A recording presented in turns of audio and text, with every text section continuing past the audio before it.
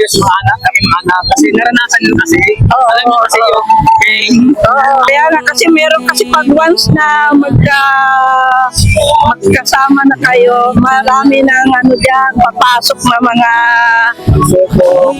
Itaste talaga nila. yung pag-aaway talaga kayo eh. Pag-aaway. Against me, Michael Dollar. Welcome back to my channel. Meron ko issue sa mami yung John 3:16. Alam mo yung John 3:16 sa Biblia? Alam ko yun, pero nakalimutan ko lang. For God so loved the world that He gave His only begotten Son, that whosoever believeth in Him should not perish but have an everlasting life. Mayroong pinakadabis na love na in-offer si God, yung kanyang kaysa isang anak si Jesus. Yun talaga ang totoong love. Nagbabasa naman ako ng Bible kasi Okay. nanonood naman ako ng mga sa TV minsan ako nanonood. Oo, Sa yung mga preaching ng mga pastor. Oo, mga Christian. Christian. Nanonood naman ako dyan pala. So open ka pala dyan sa mga bagay. Hindi ka nagdi-discriminate dahil ano ka, hindi ka. Di man. Open ka lang. Basta tama yung salita na initial. Basta hindi sama-sama, yung ano lang yung basta seryoso siya sa paglilingkod sa Diyos. Ngayong Valentine's, kailangan na yung totoong pagmamahal, hindi yung lulukohin mo lang yung babae or lalaki. Kasi siyempre, pwedeng mag-war yan, magpatayan yan eh. Kailangan stick to one. Oo, stick to one lang. Oo, kasi nga delikado. Kasi ang dami ko nababalitaan. Daming balita kasi mahilig kasi ako sa news, sa mga balita. Kaya yun din ang sinasabi ko sa mga anak ko. Kaya ngayon nga, okay naman sila, nakikinig naman. Kaya nga, nakapag-asawa yun eh, mabuti naman yung kanya nakakasawa kasi nagtapos naman silang pag-ano namin. Palagi namin sinasabihan sa umpisa ng maliit pa siya, palagi, salita ka lang ng salita. Oo, kasi kung ano kasi yung naririnig ko sa mga news, sinasabi ko sa kanila, tingnan mo yan, sige, wag kang aalis ng ganyan, bumalik ka ng ganitong oras kasi baka may mangyayari sa iyo sa labas. Kaya mo ba sila anak, pag may naligaw sa iyo, kailangan kilatisin mo na yung tao, kilalanin mo siya, ganun ba yun? Sinabihan ko naman, pero okay naman eh. But it doesn't mean na kinukontrol natin sila. Basta importante, hindi ka nagkulang sa pagbibigay ng alaala. May bunso kasi ako, may pasaway. 23. At least, ano na siya? Kasi dalawang beses kasi yan dalawang beses sa tumigil eh. Pero patuloy pa rin kami nagsasalita sa kanya. Payo talaga. Payo talaga. Payo ng galing sa magulang. Minsan nga naiinis na nga yung maalis kasi pagka sinasabihan ko, naririndi na siguro. Pero basta hindi ko tinigil ang payo tapos magdadasal. Kaya ngayon, kasi alam mo, makita kayo napapayo sa mga anak, kami mga anak, kasi naranasan nyo kasi. Alam nyo kasi yung gang, ang itsura ng love. Huwag tayo kasi tayong kami kasi wala kami alam, kaya si mami alam ka dyan. Buhay mo yan eh. Kaya nga kasi meron kasi pag once na magkasama na kayo, marami ng dyan, papasok na mga Soko, itaste talaga nila. yung pag-aawain talaga kayo eh. Pag-aawain kayo. Mabuti sa inyo mami, binibless kayo ni God. Talagang haba na. Pinapasensya ko lang. May narinig ako na hindi maganda pasok at lalabas na lang sa kabilang tenga. Ganun lang. So, very touching. Kailangan kasi sa dalawa nyo pagka may sa inyo, yung kailangan ikaw yung pababa.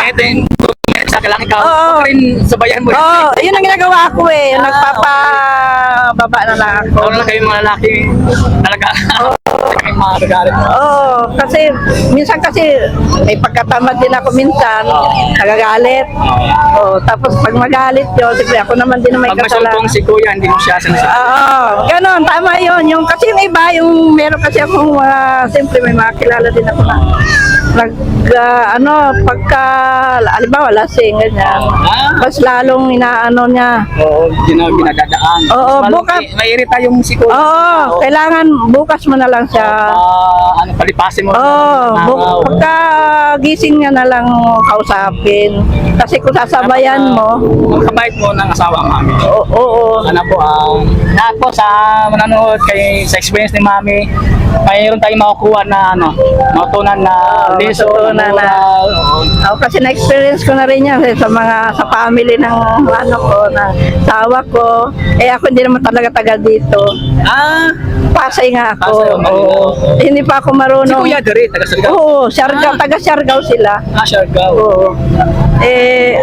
Yun nga, talagang may mga kontra. Pero pinalagpas ko naman yan, hindi naman ako nagtanim ng galit ba? Tama yun. Kung mayroon ako naririnig ng mga masama na hindi ko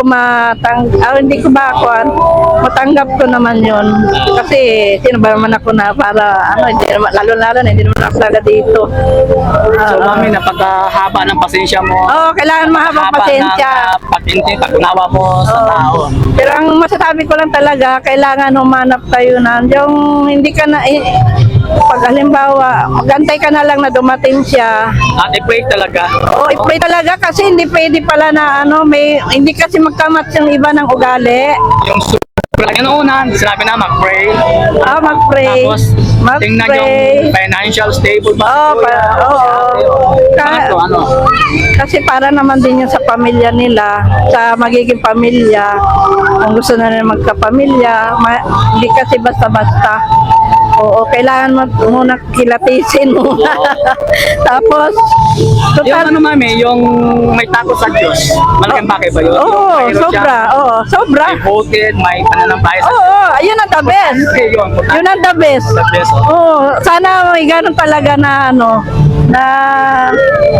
yung makakita ka ng lalaki na gano'n, swerte. Sana ang ibig sa akin yung may takot sa'yo, yung devoted sa'yo, yung palasimba, swerte. yung ugali. Swerte ang babae basta nakakita siya ng ganong lalaki. Kaya siguro kung ako yung babae, yung pagdasal ko talaga na bigyan ako ng kung hindi pa talaga, din na lang. Pabayaan na lang natin. Dadating naman yan. Para sa'yo talaga. Pero kailangan gusto ni Lord na makita ka rin na nagsusumikap. Ayun. Kasi yung mapapang-asawa mo, yung makikilala mo, hindi mo yan basta-basta makikita sa mga tabi-tabi. Sa trabahuhan. Kasi kami yung asawa ko, nagkita kami sa trabaho. Sa trabahuhan, para sa nag-work. Kasi kung mag-asawa ka dyan sa mga gilid-gilid, mga standby, walang na yung tamang support ba? Kung ako, halimbawa sa ngayon, maging practical, unahin mo na yung trabaho. Maghanap ka, wag mo na hanapin yung sa mga boyfriend. Tapos walang ambisyon sa buhay, parang gano'n. Yung tamat pa nga, pasengero pa. Pero meron talagang kahit na meron talagang bababae din kasi yung iba, may nalalaki. Kasi meron din ako kilala nag-abroad. Tapos pag uwi niya, nalaman niya meron ng iba yung babae na meron ng iba. Oo. Kaya yun ang iwasan talaga mangyari. Ingat talaga. Okay, lalo na kung buntis na, Walang tayong magkawalan, nandiyan. Nandiyan naman yun na lang, harapin na lang yung tanggapin na lang. Pero kasi wala namang sisi na nauna. Lalo na sa huli. Permis sa katapusan ng kaya nga. Pagbasol, Yun nga. Isang mali mo lang na desisyon. Naku po. Yun nga lalo na yung mga kabataan ngayon, Diyos ko. Kung nag-aaral kayo ngayon, unahin nyo muna yung pag-aaral nyo. Ayan, mga estudyante, kung estudyante ka ngayon, nag-aaral, unahin nyo muna ang Unahin kasi ang hirap ngayon maghanap ng trabaho. Masikap para may i-provide kayo sa inyong pag-aaral, mga projects nyo, baon nyo, araw-araw, tapos unahin nyo para mga... Kaya nga kasi meron naman pang-aral. Hindi talaga nag-aaral, hindi pumapasok. Mga magulang na nagbibigay sa inyo ng pang-aral, yung iba nga wala. gusto mag-aral pero walang nagbibigay. Kailangan talaga magtrabaho. Yung iba nga, yung mga kapitbahay din namin ay Ibig niyo mo sabihin Ano na lang. na huwag naming suwayin ang payo ng wag suwayin. Kahit na mahirap tayo, kailangan mo talagang palagi ka magdasal. Kahit mahirap kasi dadating naman yan. Hindi naman araw-araw magugutom ka. May araw din talaga na sobrang biyaya. Basta patuloy lang ang pagdadasal. Hindi kalimutan. Yung araw ng pagsisimba, wag kalimutan. Oo. Every Sunday, magpakita kay God sa simbahan. Kasi ako, nang dadasal ako, harap mismo ng bintana namin. Tingnan araw-araw, pagising pa lang. Lord, salamat. Oo, kasi lalo na, Naginising mo kayo na araw. na-experience ko kasi pagdadasal ko, halimbawa may bagyong darating, nagdadasal ako dyan sa may harap ng bintana na wag matuloy ang bagyo. Oo. Kahit may bagyo naman, nandyan na yan. Hindi mo pa rin yung protection ni God. Experience ko naman, ganun nga, na nagkatotoo naman siya. Apat na beses na nga eh. Yung ilang bagyo na sabi dito, pero wala naman. Nagdasal ako nun. Nagdasal ako. Yun, maraming salamat ka, Nanay. Imelda. Yan. Marami po tayong nakukuha na moral lesson sa kanyang buhay, sa kanyang karanasan. So, sana po wag natin yung baliwalain. Wag na po itong baliwalain yung ating narinig ka, Nanay, kasi para yan sa ating kabutihan. Imelda, salamat po. God bless po. Hi, it's me again, Michael Dollar. Welcome back to my channel. Wow, that is good. All the time. Hi again, it's me, Michael Dollar. Welcome back to my channel. Oh, God is good all the time. Yeah. Ayun, hanggang dito lang tayo, guys. Kung bago pa lang sa aking channel, please like my channel, follow my channel, Michael Dollar, sa Facebook, pati sa aking YouTube. Subscribe channel and share kung meron ka natutunan sa ating pagpanood mo sa aking video. So once again, it's me, Michael Dollar. God is good all the time. Maraming salamat. Once again, it's Michael Dollar. God bless you all. Tanda po natin lahat na mahal tayo ng Panginoong Isa.